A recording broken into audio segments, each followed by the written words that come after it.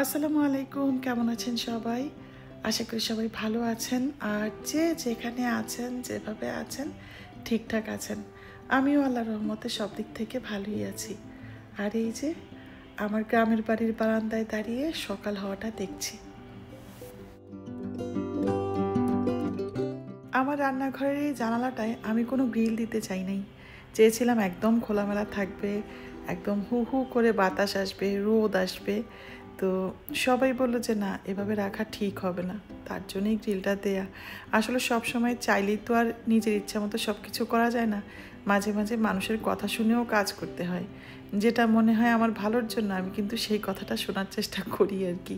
তো এখন সকাল সকাল একটু চা বানাচ্ছি, আর সেই সাথে নাস্তাটাও করে নিব। তো আমার যা প্রত্যেক দিন সকালেই আমাকে জিজ্ঞেস করে চা লাগবে কি না। আজকে আর ওকে ফোন দেওয়ার সুযোগ দেই নেই, আমি চাটা বসিয়ে দিয়েছি। আসলে কাল রাতে একটু শিশির পড়েছিল মাথায়, মানে বাইরে দাঁড়িয়েছিলাম কুয়াশার মধ্যে, তাতেই একটু নাক মুখ ভারী হয়ে গেছে, এজন্যই চাটা বানিয়ে নিলাম। যতবার গ্রামে আসি মিজান একটা না একটা কিছু নষ্ট করবেই। গতবার আমার বেশ বড় সাইজের একটা মানে ট্রের হাতল ভেঙে ফেলেছে, দুইটা হাতলই ভেঙে ফেলেছে। ওটা প্রায় অকেজো, অথচ আমার প্রত্যেক দিনই বড় ট্রের দরকার হয়। আর এবার আমি ট্রে আনতে ভুলেই গিয়েছি। এজন্য ভাবলাম এখান থেকে এই সস্তার জিনিসগুলো কিনে নিই। এই জিনিসগুলো খুবই সস্তায় এখানে পাওয়া যায়। আর প্রত্যেক দিন সকালবেলা বিভিন্ন রকম ফেরিওয়ালা যায়, একদম পেঁয়াজ রসুন থেকে শুরু করে মাছ সবজি বা প্লাস্টিকের জিনিস, মানে কিছুক্ষণ পরপরই যায়। তো আমি এই জন্য এই দুটা সকাল সকালই কিনে নিলাম। আর এই যে তারপর মুহূর্তেই কিন্তু কাজে লেগে গেছে। আসলে যেখানে যা আছে তা দিয়েই কাজ চালাতে হবে, কিচ্ছু করার নাই। আপনারা হয়তো অনেকেই এগুলো দেখে হেসে ফেলবেন, কিন্তু কি করব বলেন। এই যে রসমালাইটা দেখছেন, এটা হচ্ছে কুমিল্লার অরিজিনাল মাতৃভাণ্ডারের রসমালাই। একদম ভগবতী প্যারা ভাণ্ডারের সাথে যে মাতৃভাণ্ডারটা আছে, সেই মাতৃভাণ্ডারের রসমালাই।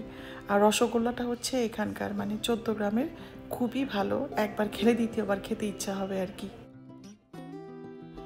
আমাদের মেয়েদের কিন্তু একটা অদ্ভুত ক্ষমতা আছে, সেটা হলো মানিয়ে নেয়ার।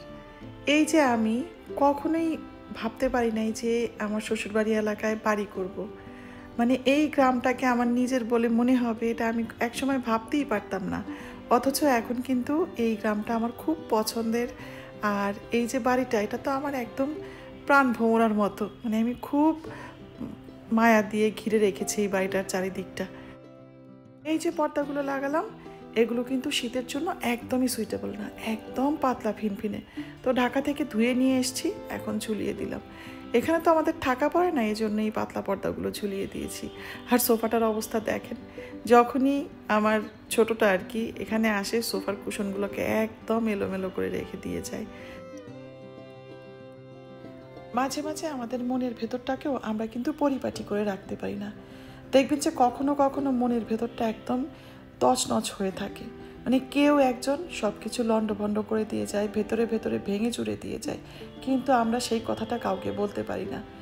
দোষ তো দিতেই পারি না যে এর কারণে বা ওর কারণে আমাদের মনের ভেতরটা এরকম হয়ে গেছে। তো যখন আমরা বুঝতে পারি যে আমাদের ভেতরের ভেঙে চুরে যাওয়ার গল্পটা কেউ বুঝবে না, তখন কিন্তু আমরা সেটা কাউকে জানানোর প্রয়োজনীয়তাও বোধ করি না। এই ব্যাপারটা বুঝতে আমার কিন্তু অনেক সময় লেগে গেছে। অনেক পরে আমি বুঝতে শিখেছি যে যেই জায়গার মাটিটা পাথরের মতো শক্ত, সেখানে সম্পর্কের চারা পুঁতে অতটা লাভ নাই। এই যে দেখেন আমার ক্ষেতের মূলা একদমই কচি কচি। তো আজকে ভাবলাম যে এগুলো তুলেই রান্না করি। এভাবে তো আর সুযোগ হয় না যে নিজের ক্ষেতের সবজিটা তুলে সঙ্গে সঙ্গে রান্না করার।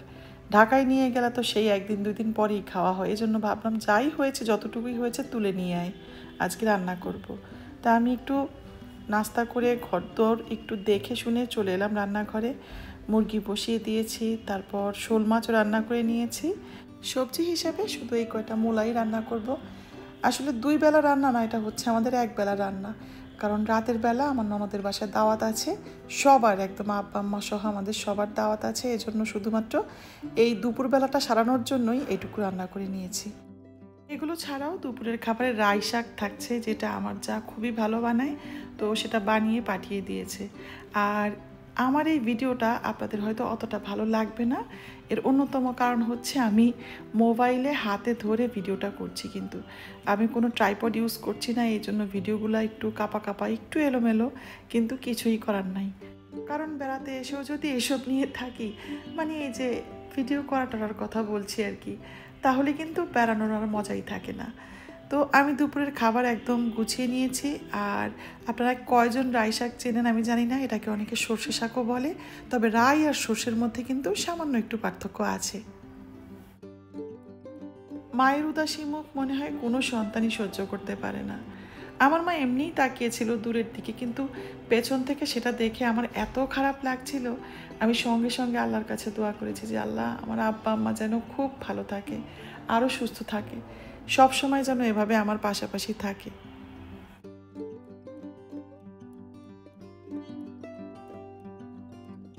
আমার দাদিকে দেখতাম সন্ধ্যা নামতে শুরু করলেই ঘরের লাইটগুলো জ্বালিয়ে দিত।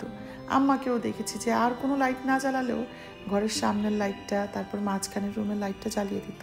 আমিও কিন্তু সেই একই কাজই করি। তো এখন লাইট জ্বালাতে জ্বালাতে চায়ের দেয়া পাকোড়া নিয়ে ছাদে যাচ্ছি। সবগুলো ছাদে আছে। তো আজকে ওদেরকে ছাদেই নিয়ে দিব, ভাবছি যে শুধুমাত্র এই পাকোড়া খাওয়ার জন্য কাউকে আর নিচে ডাকবো না। যদিও একটা ভয় থেকেই যায়, সেটা হচ্ছে ভূত পেতনির। এরকম ভাজা পোড়া ছাদে খেলে নাকি ভূত পেতনি পেটের মধ্যে ঢুকে যায়, এটা আমার দাদিরই কথা। তো আমি দোয়া টোয়া পরে ফু দিয়ে তারপরে এগুলোকে নিয়ে ছাদে এসছি। ছেলে মেয়েগুলো একটু আনন্দ পাচ্ছে, তো আমি আর সেই আনন্দটাতে ভাটা আনতে চাই নাই।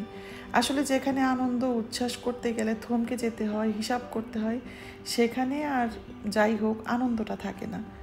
দেখবেন যে অনেক সময় আপনি কোনো অন্যায় করেন নাই, আপনি কোনো ভুলও করেন নাই, কিন্তু কেউ একজন আপনার উপর রাগ করে বসে আছে, ভুল বুঝে বসে আছে। আপনি চাচ্ছেন তার ভুল ভাঙাতে, কিন্তু সে আপনার কথা বিশ্বাস না করে কোনো অন্য কারোর কথা বিশ্বাস করে বসে আছে। চাইলেও কিন্তু আপনি আর সেই ভুলটা ভাঙাতে পারবেন না। আপনি চেষ্টা করে দেখেন এরকম পরিস্থিতিতে, কারণ সে ইচ্ছাকৃতভাবে ভুলটা পুষছে। যেটা সে নিজে পুষছে সেটা আপনি চাইলেও সরিয়ে দিতে পারবেন না। তার চেয়ে ভালো নিজে আস্তে আস্তে সেখান থেকে বেরিয়ে যাওয়া, সরে যাওয়া। এদিকে রাতের 9টার দিকে আমরা কিন্তু সবাই মিলে চলে এসেছি আমার ননদের বাড়িতে। আর আমার ননদ তো একদম গরম গরম পোলাও, গরুর মাংস, মুরগির রোস্ট, ডিম, বিভিন্ন রকম, মানে 2 রকম মাছ ভাজা, বড় মাছ, ছোট মাছ, আবার ছোট মাছের চচ্চড়ি, অনেক কিছু করেছে। মানে পুরো 2 টেবিল সে ভরিয়ে ফেলেছে বিভিন্ন রকম খাবার দিয়ে। আর শীতের রাতে এরকম গরম গরম ধোয়া ওড়া খাবার খেতে কার না ভালো লাগে। বিশেষ করে মাসকলাই ডাল আর গরুর মাংসটা তো অসাধারণ হয়েছিল। তো যাই হোক, আমি আমার ভিডিওটা এখানেই শেষ করে ফেলছি।